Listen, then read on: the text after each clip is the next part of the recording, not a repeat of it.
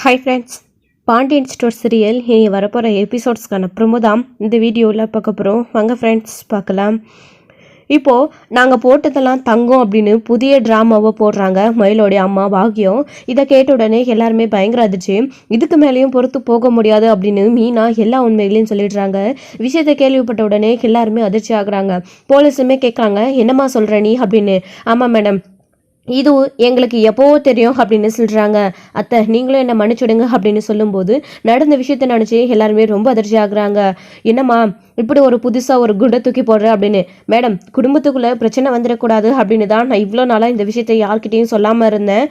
இவங்களே அவங்க பொண்ணு வாழ்க்கைக்காக ஏதோ அப்படி பண்ணிட்டாங்க, நகை போட கஷ்டமாக இருக்குது, கல்யாணம் பண்ணி பொண்ணை கொடுக்க கவரிங் நகையை போட்டு கல்யாணம் பண்ணி கொடுத்துட்டாங்க அப்படின்னு போனால் போகட்டும் அப்படின்னு பொறுமையாக இருந்தோம். ஆனால் இவங்க இவ்வளோ பித்தலாட்டம் பண்ணியிருக்காங்க அப்படின்னு தெரிஞ்சதுக்கப்புறமாவும் இந்த விஷயத்தை நாங்கள் யார்கிட்டையும் சொல்லாமல் இதனால ஒரு குழப்பம் வந்துடக்கூடாது அப்படின்னு பொறுமையாக இருந்தோம். எப்போ இவங்கெல்லாம் போட்டது தங்கம், அதை நாங்கள் திருடிட்டோம், அந்த நகையை திருடி தான் என் புருஷனுக்கு வேலை வாங்கி கொடுத்தாங்க அப்படின்னு சொல்கிறாங்களோ, இதுக்கப்புறம் நான் பொறுமையாக இருக்க முடியாதுன்னு தான் எல்லா விஷயத்தையும் சொல்லிட்டேன் அப்படின்னு மீனா சொல்கிறாங்க. இதை கேட்டு எல்லாருமே பயங்கர அதிர்ச்சி. அப்போது அடி பாவிகளா, கவரிங்கை போட்டு எங்களை ஏமாத்திட்டு தான் இப்போது நாங்கள் அதை எடுத்து தின்னுட்டோம் அப்படின்ற மாதிரி எங்கள் மேலே பழைய போடுறீங்களா? எப்பா சாமி, உங்களை மாதிரி நான் யாரையுமே பார்த்ததில்ல. இவ்வளோ பொய்களை சொல்லிட்டு திரும்பவும் இந்த பையனையும் எங்கள் மேலேயே தூக்கி போடுறாங்களே. பார்த்தீங்களா மேடம், உங்கள் முன்னாடியே எப்படி நடிக்கிறாங்க அப்படின்னு. இவ்வளோ நாள் வரைக்குமே இந்த விஷயம் இன்னுமும் எங்களுக்கு தெரியாது மேடம். இப்போ என் மருமக மீனா சொன்னதுக்கப்புறம் தான் இது கவரிங் அப்படின்றது எங்களுக்குமே தெரியும் மேடம். நாங்கள் ஒரு முறை இவங்களுக்கு தாலி பிரித்து போடுற ஃபங்க்ஷன் அன்னைக்கு இந்த நகையில எடுத்து போட்டோம். அப்போது இது தங்கமாக மட்டும்தான் இருந்துச்சு, இப்படியெல்லாம் கருக்கு கிடையாது, தங்கம்னு நினச்சி தான் அவள் அன்னைக்கு போட்டுட்டு இருந்தா. அதுக்கப்புறம் கொஞ்ச நேரத்துலேயே அந்த நகை எல்லாத்தையும் அவள் கலட்டி வச்சுட்டா. ஏம்மா, ஃபங்க்ஷன் கூட இன்னும் முடியவே இல்லை, கலட்டிட்டா அப்படின்னு கேட்கும்போது, இல்லை அப்போ இவ்வளோ போட்டுக்க, எனக்கு ஒரு மாதிரியாக இருக்குது அப்படின்னு அப்போல்லாம் எவ்வளவோ போய் சொல்லி நாடகமானா மேடம். நாங்களும் அது உண்மைன்னு நம்பிட்டோம். இப்போ தான் இந்த விஷயம் எங்களுக்கு கவரிங்கன்னே தெரிய வருது. இப்போ தான் எங்களுக்கு இது கவரிங்கன்னே தெரிய வருது. இந்த நகையை நாங்கள் எப்படி மேடம் எடுத்துருப்போம்? இந்த நகையெல்லாம் இவங்க போட்ட நகையை தங்கம்னு நம்பி நாங்கள் அப்படியே கடைக்கு எடுத்துகிட்டு போயிருந்தாலையும் எங்களோட நிலைமை என்ன ஆயிருக்கும்னு நீங்களே யோசிச்சு பாருங்க மேடம். கவரிங் நகையை எடுத்துகிட்டு வந்து கொடுத்து பணம் வாங்கிட்டு போக போகிறீங்களா அப்படின்னு எங்களெல்லாம் பிடிச்சி உள்ளே வச்சுருப்பாங்க மேடம். கவரிங்கை இவங்க போட்டுட்டு பழைய எங்கள் மேலே போட்டால் எப்படி மேடம்? இங்கே பாருங்கள் மேடம், சத்தியமாக என் மீனா மருமக சொன்னதுக்கு அப்புறமா தான் இந்த விஷயமே எங்களுக்கு தெரிய வரும். நாங்கள் இவ்வளோ நாளாக உண்மையானதான் நம்பிட்டு இருந்தோம். இந்த விஷயம் தெரிஞ்சு இப்போ தான் நாங்களே ஆடி போய் நிற்கிறோம் அப்படின்னு போலீஸ் சொல்கிறாங்க. அப்போது மீனா இருந்துக்கிட்டு, மேடம் எங்கள் அத்தை சொல்கிறதெல்லாம் உண்மைதான், எங்கள் அத்தைக்கு விஷயம் தெரியாது, எனக்கும் எங்கள் வீட்டில் இருக்கிற என்னுடைய ராஜுக்கும் எங்களுக்கு விஷயம் தெரியும் அப்படின்னு சொல்கிறாங்க. என்னம்மா இது, கவரிங் நகையை போட்டு அந்த குடும்பத்தை ஏமாற்றிட்டு அந்த நகையையும் அவங்களே எடுத்துட்டாங்கன்னு போய் சொல்லிட்டு இருக்கீங்க அப்படின்னு சொல்கிறாங்க. மேடம் இல்லை மேடம் அப்படின்னு சொல்கிறாங்க. இவங்க எல்லாருமா சேர்ந்து குடும்பமாக ஏதோ பிளான் போடுறாங்க, நீங்கள் நம்பாதீங்க மேடம் அப்படின்னு சொல்கிறாங்க. உண்மையிலே எங்கள் பொண்ணு நகையெல்லாம் விற்றுட்டு கவரிங்கை மாற்றி வச்சு இவங்க என்னமோ பண்ணியிருக்காங்க, இவங்க செலவு பண்ணிட்டாங்க, இல்லை கோர்ட்டில் இப்படி நகையை ஒப்படைக்க போகிறோம் அப்படின்னு உடனே எல்லாத்தையும் மாற்றிட்டு கவரிங்கை வாங்கிட்டு வந்திருக்காங்க போல இருக்குது அப்படின்னு நல்லா சொல்கிறாங்க. மேடம், இவங்க சொல்கிறதுல ஏதாச்சும் கொஞ்சமாச்சும் லாஜிக் இருக்கா?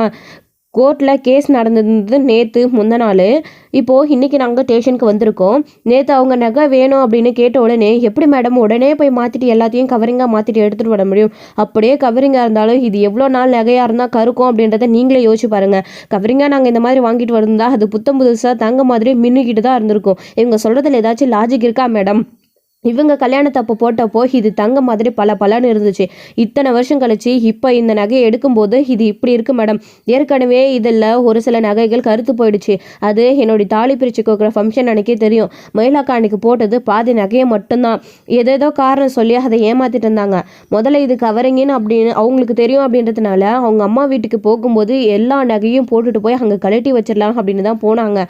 ஆனால் அதை வீட்டில் இருக்கிறவங்க சூழ்நிலையால் எடுத்துகிட்டு போக முடியாததுனால இங்கே கழட்டி வச்சுட்டு போயிட்டாங்க. இத்தனை வருஷமாக அது என் அத்தையோட பாதுகாப்பில் பீரோவில் தான் இருந்துச்சு மேடம். இப்போ நான் சொல்கிறது எல்லாம் தான் உண்மை அப்படின்னு மீனா சொல்லவும் எல்லாருக்குமே ரொம்ப அதிர்ச்சியாக இருக்குது. மீனா, நீ என்னப்பா சொல்கிற அப்படின்னு இங்கே கோமதியும் கேட்கவும் பாண்டியனும் கேட்கவும் அப்போ தான் எல்லா விஷயத்தையுமே சொல்கிறாங்க. ஆமாம்மாம்மா, இந்த விஷயத்தெல்லாம் நான் உங்ககிட்ட மறைச்சிருக்கக்கூடாது, என்ன பண்ணுறது, மறைச்சிட்டேன், தப்பு தான், என்னை மன்னிச்சிடுங்க, இதை வச்சு நீங்கள் என்னை தப்பாக நினச்சிடாதீங்க அப்படின்னு. அப்போது கோமதி என்கிட்ட ஆளுக்கு ஒவ்வொரு ரகசியத்தை மறைச்சி வச்சுட்டு இருந்து சொல்கிறீங்களடி அப்படின்னு கேட்கவும், அம்மா என்னம்மா இப்போது அவங்க மேலே எதுக்கு நீ கோவப்படுற?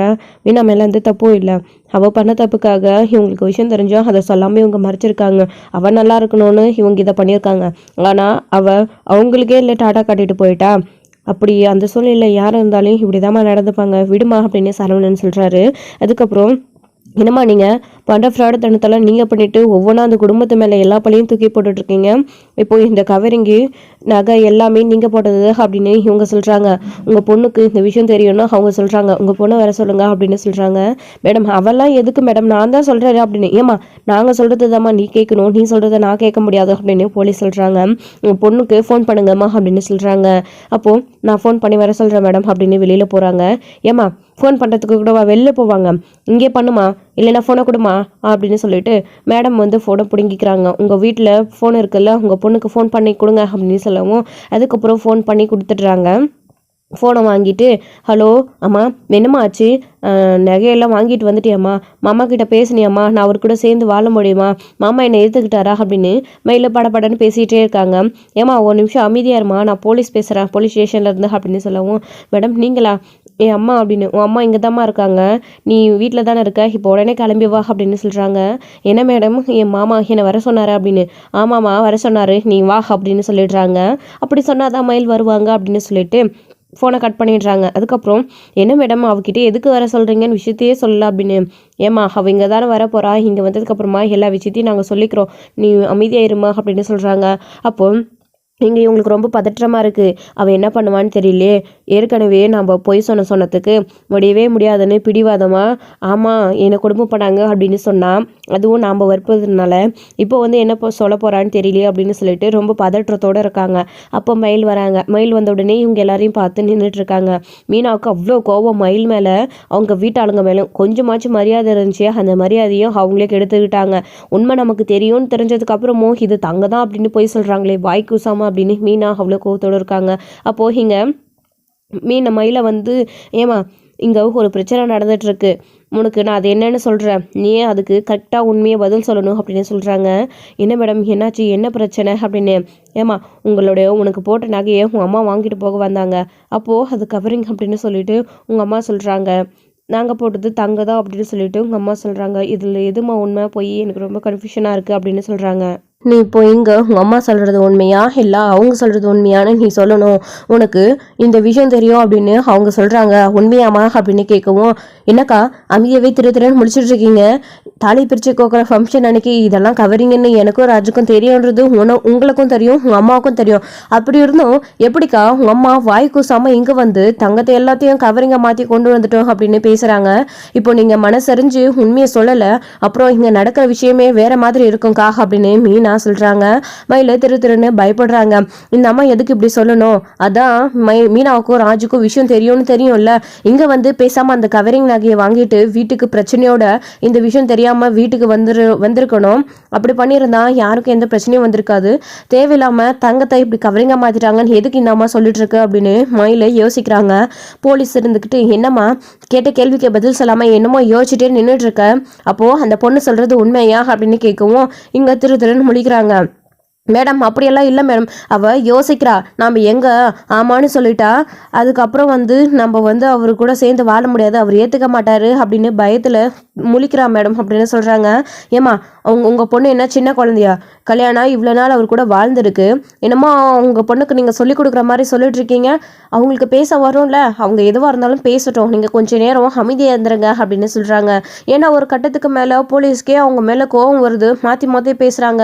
அவங்க வந்து யார் பக்கமும் சாயாமல் நேராக நின்று நடு சென்டரில் நின்று விசாரிக்கிற மாதிரி இன்ஸ்பெக்டர் வந்து அவங்களுக்கும் சாதகமாக இல்லாமல் இவங்களுக்கும் சாதகமாக இல்லாமல் எது நேர்மையோ எதை விசாரிக்கணுமோ அதை பற்றி கரெக்டாக விசாரிக்கிறாங்க. போலீஸாக இவ்வளோ நாள் எக்ஸ்பீரியன்ஸ் இருந்தாலும் இவங்க நல்லவங்க இவங்க கெட்டவங்களாக இருப்பாங்க அப்படின்னு யாரையுமே முடிவு பண்ண முடியாது, அவங்களோட எக்ஸ்பீரியன்ஸை பொறுத்து அந்த மாதிரி பேசிகிட்டு இருக்காங்க. அப்போது மயில் திருன்னு முடிச்சுட்டு நின்று இருக்காங்க.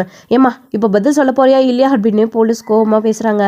அப்போது இல்லை மேடம், எங்கள் அம்மா சொல்கிறதெல்லாம் பொய், மீனா சொல்கிறது தான் உண்மை, மீனாவுக்கு இது கவரிங்கன்னு ஏற்கனவே தெரியும், எங்கள் அம்மா போட்டதெல்லாம் கவரிங்கு தான் அப்படின்னு சொல்கிறாங்க. இதை கேட்டு மொத்த குடும்பமாக அதிர்ச்சியாகி நிற்கிறாங்க. அப்பா அப்படின்னு கோமுதி வாய் மேலே கை வச்சு விரல் வச்சு யோசிக்கிறாங்க, கத்துறாங்க. அப்போது மயக்கமே வந்துடுது ஒரு கட்டத்துக்கு மேலே கோமதிக்கு. அப்போது இருந்துக்கிட்டு என்ன ஆச்சு அப்படின்னு சொல்லிட்டு தண்ணி தெளித்து எல்லாருமே எழுப்புறாங்க. இதெல்லாம் கேட்க கேட்க எனக்கு ஒரு மாதிரியாக இருக்குது அப்படின்னு கோமதி சொல்லிட்டு இருக்காங்க. ஏமா கொஞ்சம் உட்கார வைங்க அவங்கள அப்படின்னு சொல்லிட்டு உட்கார சொல்கிறாங்க. அதுக்கப்புறமா விசாரிச்சதில் இப்படி எல்லாம் சொல்கிறாங்களே அப்படின்னு பயங்கர வருத்தப்பட்டுக்கிட்டு இருக்காங்க. மயிலோடைய அம்மா வந்து மயில் இப்படி சொல்லிட்டாலே இப்போ என்ன நடக்க போகுது அப்படின்னு சொல்லிட்டு அப்போ தான் என்ன மயில் ஏன் இப்படி சொல்கிறேன், இங்கே பார் மயில் யாருக்கும் பயப்படாத, அம்மா நான் இருக்கேன், போலீஸ் இருக்காங்க, கண்டிப்பாக நம்மளுக்கு ஒரு நியாயம் வாங்கி கொடுப்பாங்க, உன்னோட வாழ்க்கை தான் போச்சு, அதை நம்ம கோர்ட்டில் பார்த்துக்கலாம், இங்கே பாரு நீ என்ன சொன்னாலையும் உன் புருஷன் உன்னை ஏற்றுக்க போகிறது கிடையாது, உன்னை ஏற்றுப்பாங்க அப்படின்னு சொல்லிட்டு நீ இப்படிலாம் சொல்லிட்டு இருக்காத மயிலே அப்படின்னு சொல்கிறாங்க. ஏமா உங்களுக்கு நான் ஏற்கனவே சொல்லிட்டேன் நீங்கள் பேசாமல் இருங்க அப்படின்னு சொல்லிட்டு அவங்க பொண்ணு அவங்க வாயாலேயே ஆமாம் அப்படின்னு சொல்லிடுச்சு. இன்னமும் எதுக்கு அவங்க கிட்ட பேசி அவங்களை கன்வின்ஸ் பண்ணுறீங்க, நீங்களே அவங்கள பொய் சொல்ல வைக்கிறீங்களா அப்படின்னு எல்லாம் வந்து சொல்லிட்டு இருக்காங்க. எல்லாத்துக்குமே அவங்க தானே மேடம் காரணம், பொண்ணை பொய் சொல்லு இப்படிலாம் பேசு அப்படின்னு சொல்லி கொடுக்குறது ஆரம்பத்துலேருந்தே அவங்க தான். அவங்களுக்கு பயந்துக்கிட்டா எங்கே நம்ம அவர் கூட சரவணன் மாமா கூட சேர்ந்து வாழ முடியாதோ அப்படின்னு யோசிச்சு அம்மா சொல்கிற பொய்யெல்லாம் கேட்டால் நம்மளுக்கு கோர்ட்டில் வந்து 2 பேரும் சேர்ந்து ஒத்துமையாக வாழ நம்மளுக்கு வழி சொல்லுவாங்க, அவங்கள நம்ம வழிக்கு கொண்டு வந்துடலாம் அப்படின்னு இவங்க தானே பிளான் போட்டு கொடுத்தாங்க மயிலாக்காவுக்கு அப்படின்னு மீனா சொல்கிறாங்க. இவளுக்கு எப்படி இதெல்லாம் தெரியும் அப்படின்ற மாதிரி ஒரு ஆச்சரியத்தோடு பார்க்குறாங்க. இவங்க பேசுறதுலேருந்தே இவங்களுடைய குணம் என்னன்றதை மீனா புரிஞ்சுக்க ஆரம்பிச்சிடுறாங்க. ஏன்னா இவ்வளோ நாள் வரைக்கும் கொஞ்சமாச்சு நம்பிக்கை இருந்துச்சு, அங்கே நகையை வாங்கிட்டு போயிட்டா நமக்கு ஒரு பிரச்சனை முடியும் அப்படின்னு. ஆனால் இப்படி ஒரு பிரச்சனையை பண்ணதுக்கப்புறமா மீனா எல்லா விஷயத்தையும் அவங்களே புரிஞ்சுக்கிட்டு பேசவும் செஞ்சிடுறாங்க. இப்போது மயில் இருந்துக்கிட்டு ஆமாம் மேடம் இதுதான் நடந்தது, எப்படியாச்சு என் மாமா கூட என்னை சேர்ந்து வாழ வைங்க அப்படின்னு. ஏம்மா நான் சொல்கிறேன், நீ தப்பாக நினச்சிக்காதம்மா, இது நீங்கள் சொல்கிற பொய்யெல்லாம் கேட்கும்போது எனக்கே அதிர்ச்சி மேலே அதிர்ச்சியாக இருக்குமா, அந்த குடும்பம் எப்படிம்மா தாங்கிக்கும், இவ்வளோ நடந்ததுக்கப்புறமும் இவ்வளோ பொய் சொன்னதுக்கப்புறமும் அவர் உன்னை ஏற்றுப்பாருன்னு நீ எப்படிம்மா நினச்சிட்ருக்க, ஒரு ஆனால் அவர் கோவப்படுறது நியாயம் தானே, நீ ஏன் இதெல்லாம் கணவர்கிட்ட நீ மறைச்ச, ஒரு பொண்டாட்டியாக நீ அவருக்கு உண்மையாக இருந்திருக்கணும்ல அப்படின்னு சொல்லிட்டு இங்கே போலீஸுமே சொல்கிறாங்க. இதுக்கு மேலெல்லாம் நான் எதுவுமே பண்ண முடியாதம்மா, இது உங்களுடைய ஃபேமிலி பிரச்சனை, உங்க கூட சேர்ந்து வாழ்கிறதும் வாழாததும் அவரோட இஷ்டம், நீ அதை அவர்கிட்ட தான் பேசிக்கணும் அப்படின்னு சொல்லிடுறாங்க. போலீஸுமே இருந்துக்கிட்டு தப்பு உங்கள் மேலே வச்சுக்கிட்டு நான் என்ன அவர்கிட்ட சரவணன் கிட்ட போயிட்டு மயில் கூட சேர்ந்து வாழுங்க அவர் பண்ணது தப்பு அப்படின்னு எல்லாம் வந்து போலீஸ் சொல்ல முடியுமா அப்படின்ற மாதிரி யோசிச்சுட்டு இருக்காங்க. அப்போது இதுக்கப்புறம் என்ன முடிவு எடுக்கணும் நீங்கள் தான் சொல்லணும் அப்படின்னு சொல்லவும், மேடம் எங்களுக்கு இவ்வளோ சகவாசமே வேணாம், நான் என்ன ஆனாலும் அவள் கூட சேர்ந்து வாழ போகிறதில்ல, நீங்கள் இப்போது நகையை ஒப்படைச்சிட்டோம், அவள் நகையை அவளே எடுத்துகிட்டு போகட்டும், அவள் வீட்டுக்கு கிளம்பட்டும், நான் எதுவாக இருந்தாலே கோர்ட்டில் பார்த்துக்கிறேன் அப்படின்னு சரவணன் சொல்லிடுறாரு. சரி அப்போ நீங்கள் கிளம்பல அப்படின்னு சொல்லிடுறாங்க. மேடம் எங்கள் பொண்ணுக்கு ஒரு நியாயத்தை வாங்கி கொடுங்க மேடம் அப்படின்னு. என்னம்மா நியாயத்தை வாங்கி கொடுக்கணும், இதுக்கு மேலே ஏதாச்சும் பேசுனீங்கன்னு வச்சுக்கோ அவ்வளோதான், நடக்கிறதே வேற, உங்களை சும்மா அவங்க விட்டுருக்கிறதே பெரிய விஷயம், நீங்கள் இப்போ எதுவுமே பேசாதீங்க, தயவு செஞ்சு உங்கள் பொண்ணை கூட்டிகிட்டு போயிடுங்க, எதுவாக இருந்தாலும் போய் நீங்கள் டிவோர்ஸ் கேஸ் வந்து கோர்ட்டில் வரும், அப்போ நீங்கள் பார்த்துக்கோங்க அப்படின்னு சொல்லிடுறாங்க. அதுக்கப்புறமா எல்லாருமே கிளம்பி போயிடுறாங்க. வெளியே போனதுமே ஆடி போயிடுறாங்க. இங்கே கோமதி மயில் மற்றவங்க எல்லாருமே, ஏன்னா அவங்க அப்படியே கிளம்பி டேரெக்டாக வீட்டுக்கு போயிடுறாங்க. மயில் தான் இப்போ அழுதுகிட்டே நின்றுட்டுருக்காங்க. ஏண்டி அப்படி சொன்னேன், நான் சொன்ன மாதிரி மாற்றி சொல்லியிருக்கலாம்ல, அதை வச்சு அவங்கள திரும்பவும் உள்ளே தள்ளியிருக்கலாம்ல அப்படின்னு. ஏமா நீ பண்ண வரைக்கும் போதுமா, என் வாழ்க்கையை சரி பண்ணுறேன்னு சொல்லி அவங்க மேலே வீண் பழியை போட்டு ஜெயிலுக்கு அனுப்பலாம், அப்புறம் நம்ம வழிக்கு வருவாங்க, கேஸை வாபஸ் வாங்குவாங்க அப்படின்னு எல்லாம் வந்து வாபஸ் வாங்க சொல்லி கேட்பாங்க அப்படின்னு சொன்னேன். ஆனால் கடைசியில் முடிஞ்சது என்னமோ பழி ஏன் மேலே தான், நம்ம தான் தப்பாக பண்ணுது, நம்ம எது பண்ணலையோ அது தப்பாக தான் போய் முடியுது, தேவையில்லாமல் நம்ம எந்த ஒரு விஷயமும் பண்ண வேணாம் அப்படின்னு மயில் சொல்கிறாங்க. அதுக்கப்புறமா வீட்டுக்கு போய் மயில் அழுதுட்டு உட்காந்துட்டு இருக்காங்க. இங்கே ராஜி வீட்டுக்கு போன உடனே என்னாச்சு அப்படின்னு கேட்குறாங்க. நடந்த விஷயங்களை மீனா சொல்லவும், இப்படியெல்லாம் கூட பார்க்க அவங்க பண்ணுவாங்க, ஏதோ வாங்கிட்டு போயிடுவாங்க, இந்த பிரச்சனை இதோட முடிஞ்சிடும், யாருக்கும் தெரியாது அப்படின்னு நினச்சா இப்படி அவங்களே எல்லாருக்கும் தெரிகிற மாதிரி காட்டி கொடுத்து அவங்களுடைய மானத்தை இன்னும் அவங்களே வாங்கிட்டு போயிட்டாங்களே. இப்படியெல்லாம் ஒவ்வொரு விஷயத்துலையும் போய் சொல்லிக்கிட்டு மேலும் மேலும் போயிட்டே இருந்தால் யாருக்குக்கா அவங்க கூட சேர்ந்து வாழ விருப்பம் இருக்கும். கண்டிப்பாக இதுக்கப்புறம் சரவணன் மாமாவே மாறி ஒரு கட்டத்துக்கு மேலே முடிவெடுத்தா கூட நான் விட மாட்டேன் அப்படின்னு எல்லாம் வந்து ராஜி அவ்வளோ ஆக்ரோஷத்தோடு இருக்காங்க. ராஜிக்கு கோவம் வந்தால் எந்த அளவுக்கு வரும் அப்படின்னு நம்ம கதிருக்கு நல்லாவே தெரியும். அப்படிதான் இப்போ கோவப்பட்டு பேசிட்டு இருக்காங்க. ராஜி விடு அப்படின்னு. பாத்தியா கதிர், நான் உங்ககிட்ட இந்த விஷயத்த பற்றி சொன்னேன்ல, அது தெரிஞ்சதுக்கப்புறம் கூட அவங்க எப்படி பேசியிருக்காங்க பாத்தியா, எங்களுக்கு தெரியும்னு தெரிஞ்சதுக்கப்புறமும் இவ்வளோ தைரியத்தோட போய் சொல்லியிருக்காங்களா, அவங்க எவ்வளோ பெரியவங்களா எப்படி பட்டவங்களா இருப்பாங்க அப்படின்னலாம் வந்து இங்கே சொல்லிட்டு இருக்காங்க. அப்போதான் பழனி வீட்டுக்கு வராரு. நான் கோர்ட்டில் அதாவது ஜெயிலில் போய் என்ன நடந்துச்சு ஸ்டேஷனில் அப்படின்னு தெரிஞ்சுக்கிறதுக்காக நடந்த விஷயங்கள் சொல்லவும் பழனி மீன் ஆடி போயிடுறாங்க. மாப்பிள்ள என்னடா அது உன் வாழ்க்கையில் மர்மத்துக்கு மேலே மர்மமாக நடந்துக்கிட்டே இருக்குது அப்படின்னு. மாமா நீ இப்போ எனக்கு என்ன பேசுறதுன்னு தெரியல மாமா, எனக்கு அப்படியே நான் உடஞ்சி போய் உக்காந்துட்டு இருக்கேன், பேசக்கூட வார்த்தை வரல மாமா அப்படின்னு சரவணன் அழுது புலம்புறாங்க.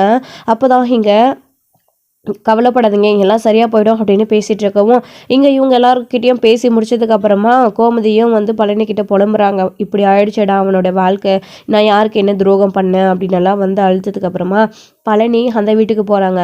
அப்போ தான் மாரி சக்திவேல் முடிவு இவங்க எல்லாம் இருக்காங்க, முத்துவேல் எல்லாம். அப்போது என்ன நடந்துச்சு என்னாச்சு அப்படின்னு கேட்கும்போது நடந்த விஷயங்களை பழனி சொல்கிறாங்க. கேட்ட உடனே எல்லாருமே ஆடி போயிடுறாங்க. என்னப்பா இது பழனி, இந்த பொண்ணு இன்னமும் பொய் சொல்லியிருக்கா அப்படின்னு.